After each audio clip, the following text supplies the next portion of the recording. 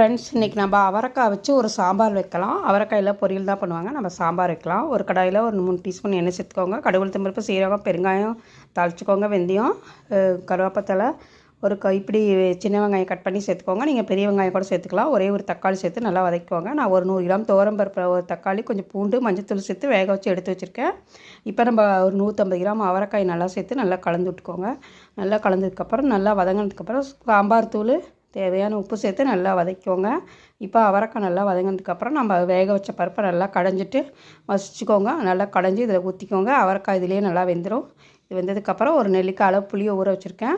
அதை இது கூட சேர்த்தோம்னா எல்லாம் சேர்ந்து ஒன்றா கொதிச்சா கொத்தமல்லி தழை தூவி இறக்கிடலாம். சூப்பரான அவரைக்காய் சாம்பார் ரெடி ஆயிரும். பிடிச்சிருந்தால் லைக் பண்ணுங்கள், ஷேர் பண்ணுங்கள், கமெண்ட் பண்ணுங்கள், சப்ஸ்கிரைப் பண்ணுங்கள். தேங்க்ஸ் ஃபார் வாட்சிங். இது இட்லி, தோசை, சாதம் எல்லாத்துக்குமே நல்லாயிருக்கும்.